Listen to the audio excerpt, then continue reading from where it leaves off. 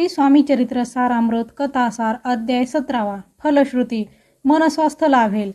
श्री गजाननाला प्रथम वंदन। श्री स्वामी समर्थाय नमः। मागील अध्यायात मुंबई शहरात स्वामी सुतांनी मठ स्थापन केला याविषयीची कथा सांगितलेली आहे। संसाराचा त्याग करून स्वामी सूत हरिभाऊ त्या मठात गोसावी होऊन राहू लागले। भवसागराची व संसाराची चिंता राहिली नसल्यामुळे ते आनंदी असत।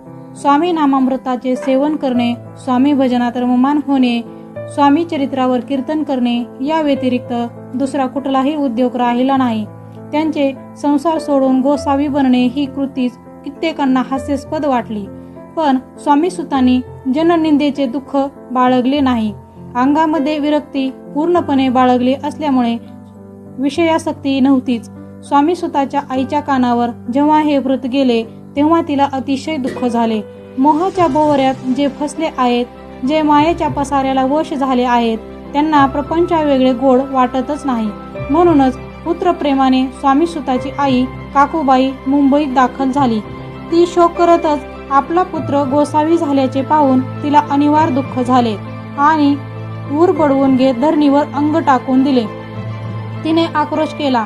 आईचा शोक पाहून स्वामी सुताचे अंतःकरण व्यथित झाले, तरी मोठ्या प्रेमाने त्यांनी तिला सावरले आणि तिचे सांत्वन करून तुझ्या पोटी जन्मास आलो आणि सद्गुरु कृपेस पात्र होऊन जन्म मरणाच्या चक्रातून सुटका होऊन मी मुक्त झालो।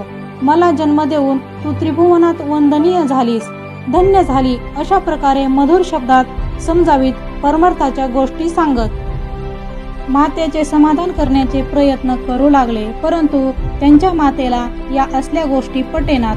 एक तर याची बुद्धी तरी भ्रष्ट झाली असावी किंवा याला पिशाच्य बाधा तरी झाली असावी अथवा याच्यावर करणी केली असली पाहिजे। यासाठी कुणीतरी पंचाक्षरी आणून यावर उपाय केला पाहिजे असे तिच्या मनाला वाटले। त्यावेळी यशवंतराव भोसेकर नावाचे एक सत्पुरुष लोकांमध्ये देव मामलेदार या नावाने प्रसिद्ध होते।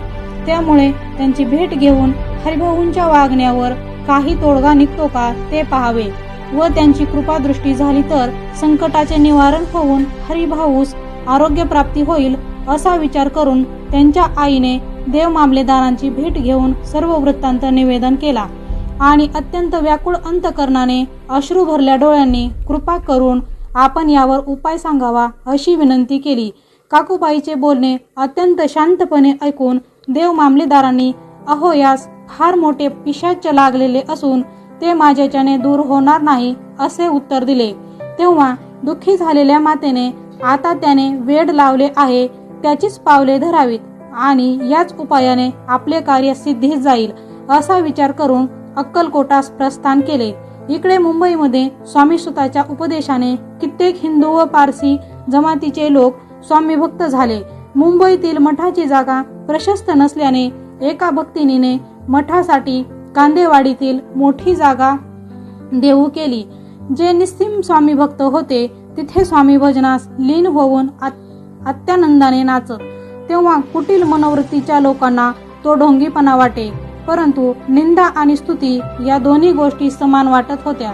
त्यांनी इतर सर्व विषय सोडून केवळ एकमेव अद्वितीय अशा श्रीचरणांवर आसक्ती धरली होती। ते स्वामी सूत मात्र सर्व काही सहन करीत, दुष्णांचे प्रहार झेलीत शांतपणे सेवा ते करीतच होते।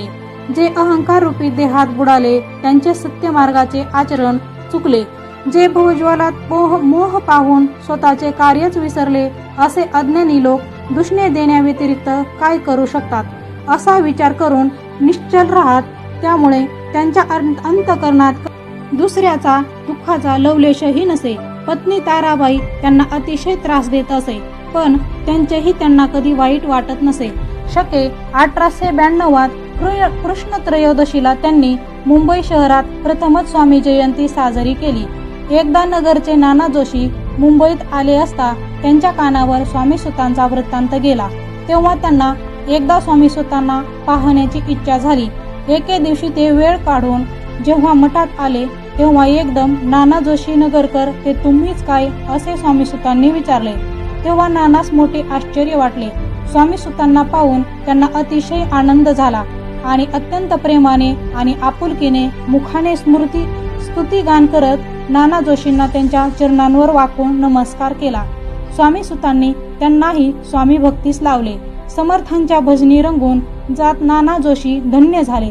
अशा प्रकारे कित्येक जणांना शिष्य करून स्वामी सुतांनी समर्थ भक्तीचे महात्म्य वाढवले.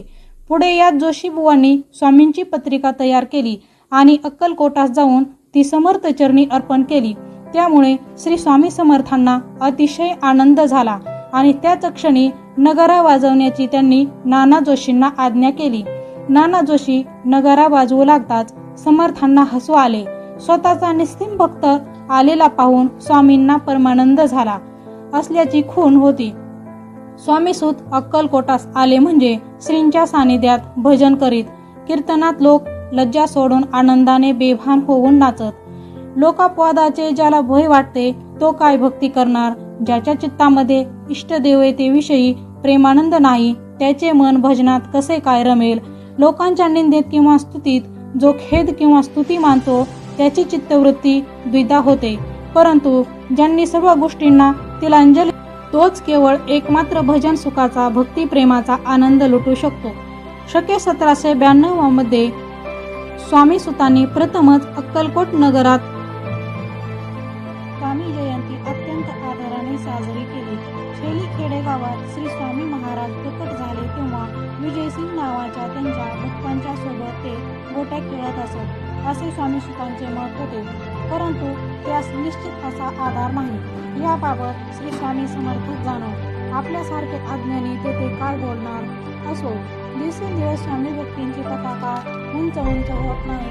लोकांना उपदेश करून मार्गी लावून स्वामी सुतांनी समर्थांची कीर्ती दोष उभारला. मनामध्ये कामना धरून जर कोणी अक्कलकोटास दर्शनास गेले तर श्री स्वामी त्यास सुतांकडे जाण्याची आज्ञा करीत.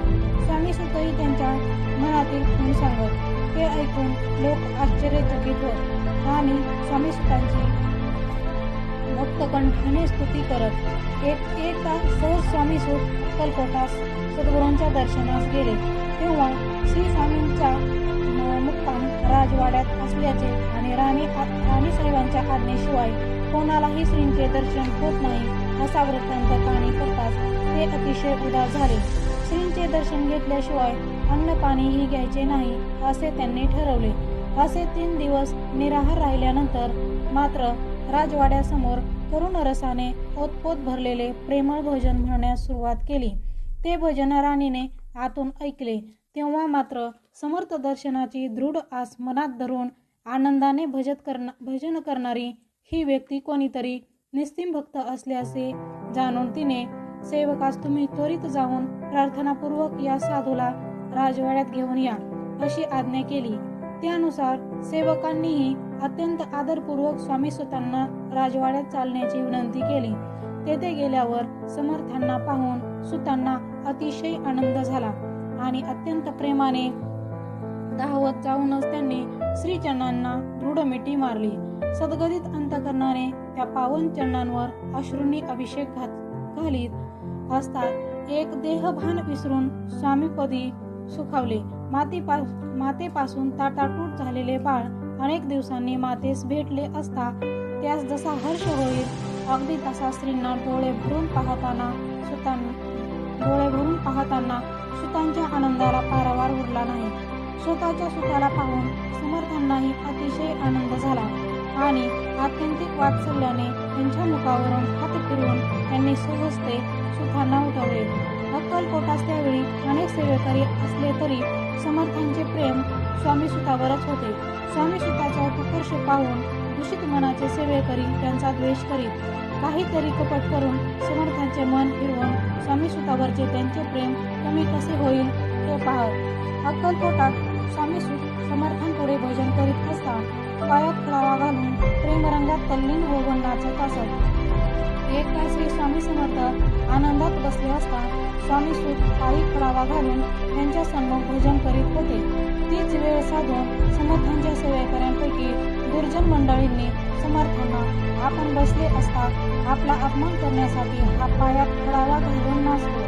तुमचा सूत जरी असला तरी त्याचे वागणे केव्हाही अयोग्यच आहे असे सांगताच ज्यांच्या दृष्टीने परके आणि निजसूत समाज समान होते ते स्वतः अलिप्त होते.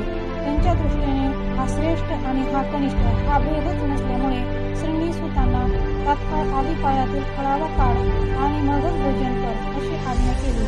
तोच उपस्थितीपैकी कित्येक जण जागेवरून उठले.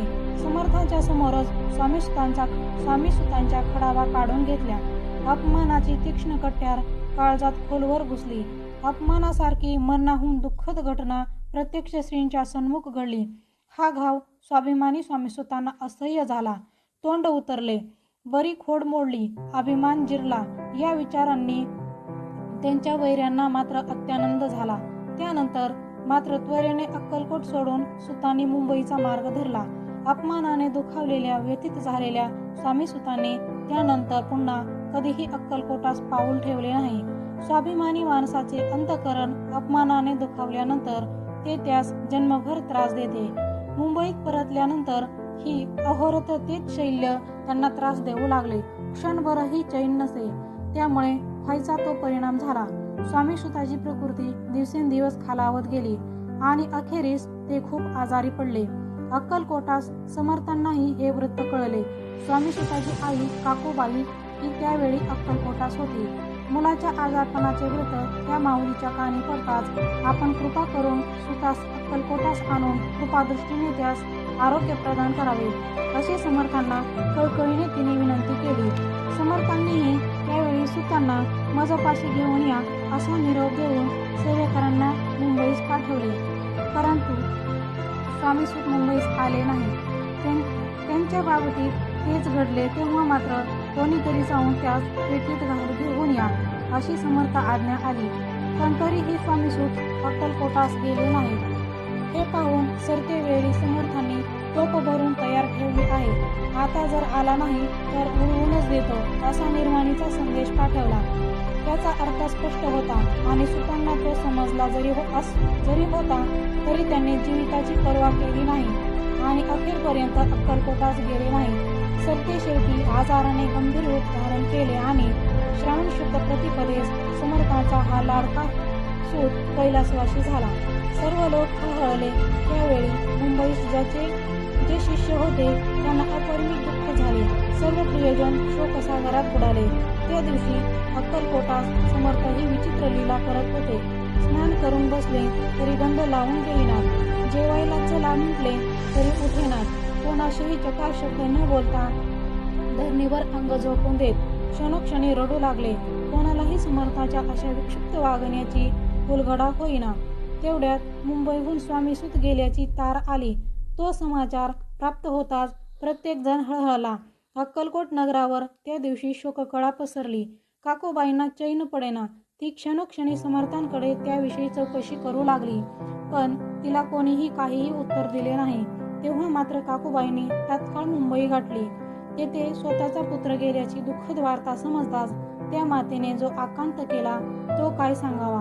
त्यानंतर अल्पावधीतच काकूबाई अक्कलकोटास परतली आणि समर्थांना सूत तुमचा भक्त असताना त्यास अकाली मरण का प्राप्त झाले, मग जे लोक तुमच्या चरणांचे स्मरण करतात त्यांचे तारण कसे होईल असा प्रश्न विचारला.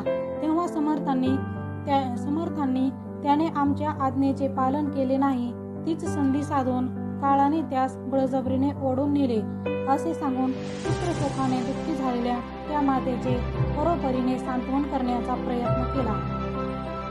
नर जन्मास येऊन सुतांनी एकनिष्ठ स्वामी भक्ती करून जन्माचे सार्थक करून घेतले. परमपदास प्राप्त झाले. भगवंताकडे श्रेष्ठ कनिष्ठ उच्च नीच असा भेदभाव नाही. ज्याची जशी भक्ती असेल तसे त्यास फल प्राप्ती होते.